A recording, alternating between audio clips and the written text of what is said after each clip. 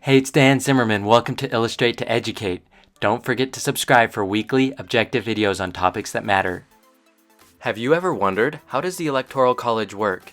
In this video, we'll cover everything you need to know about the voting system that ultimately chooses the President of the United States.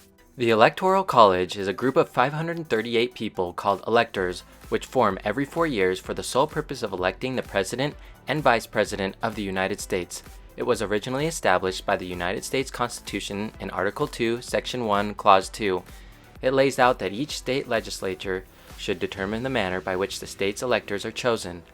The number of each state's electors is equal to the sum of the state's membership in the Senate and the House of Representatives.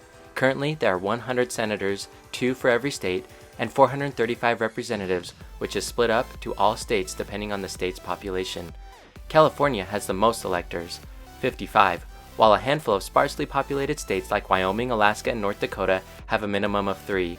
Additionally, the 23rd Amendment, ratified in 1961, provides that the District of Columbia is entitled to 3 because that is the same amount as the least populous state. How are electors chosen? According to the Constitution, each state's legislatures are responsible for nominating electors. The process can actually differ from state to state.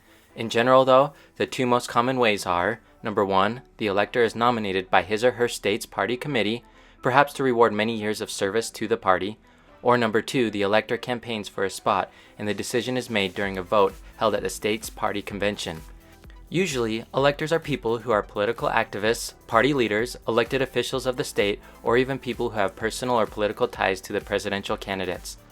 According to the Constitution, it only states that an Electoral College member cannot be a member of Congress, a high-ranking U.S. official, or someone who has engaged in insurrection or rebellion against the U.S. Next, let's talk about the race to 270. A presidential candidate needs to gain a majority of the electoral votes, which is 270 or more, to win the presidency. Generally, states award all of their Electoral College votes to whoever won the poll of ordinary voters in the state. For example, if the Democratic candidate wins 50.1% of the votes in New York, they would be awarded all of the state's 29 Electoral College votes. There are only 2 states, Maine and Nebraska, which divide up their Electoral College votes according to the proportion of votes each candidate receives. This explains why presidential candidates seem to target specific swing states or states where the vote could go either way. Every state they win gets them closer to 270 Electoral College votes they need. Can you win the public vote but not be president? Yes, it's not only possible, but it's happened recently in 2 elections. A presidential candidate can be the most popular candidate among voters nationally, but still fail to win enough states to gain 270 electoral votes. In 2016, Donald Trump had almost 3 million fewer votes than Hillary Clinton, but won the presidency because the Electoral College gave him a majority. In 2000, George W. Bush won with 271 electoral votes, although the Democrat candidate Al Gore won the popular vote by more than 500,000. Only 3 other presidents have been elected without winning the popular vote, all of them in the 19th century: John Quincy Adams, Rutherford B. Hayes, and Benjamin Harrison. Now, you might be asking yourself, why was this system chosen? When the U.S. Constitution was being drawn up in 1787, a national popular vote to elect a president was practically impossible. This was because of the size of the country and the difficulty of communication. At the time, people did not want the president to be chosen by lawmakers in the capital, so the framers of the Constitution created the Electoral College, with each state choosing electors. Small states liked the system as it gave them more of a voice than a national popular vote, and southern states liked it because slaves were counted in the U.S. Census as 3/5 of a person. And since the number of electoral votes was determined by the size of a state's population, southern states had more influence in electing a president than a direct popular vote would have given them. Do electors have to vote for the candidate who won?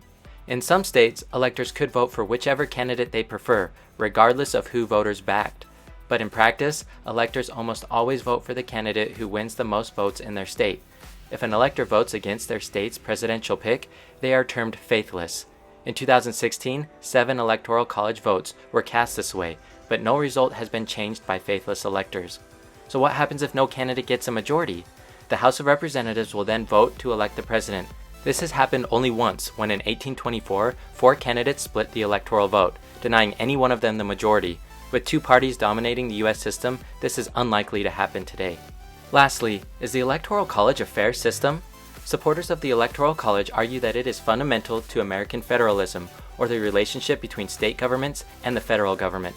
They argue that it requires candidates to appeal to voters outside of large cities, it increases the political influence of small states, preserves the two-party system, and it makes the electoral outcome appear more legitimate than that of a nationwide popular vote. Critics of the Electoral College argue that the Electoral College is less democratic than a national direct popular vote and is subject to manipulation because of faithless electors. Also, there can be elections where one candidate wins the popular vote, but the other candidate wins the electoral vote, as in the 2016 election. Lastly, citizens in less populated states have more voting power than those in the more populous states, and candidates can win by focusing their resources on just a few swing states. Did you enjoy this video about the Electoral College? Please like and subscribe to Illustrate to Educate. Share this video and don't forget to leave your thoughts about whether you think the Electoral College is a fair system. And of course, feel free to check out some of my other videos to the right.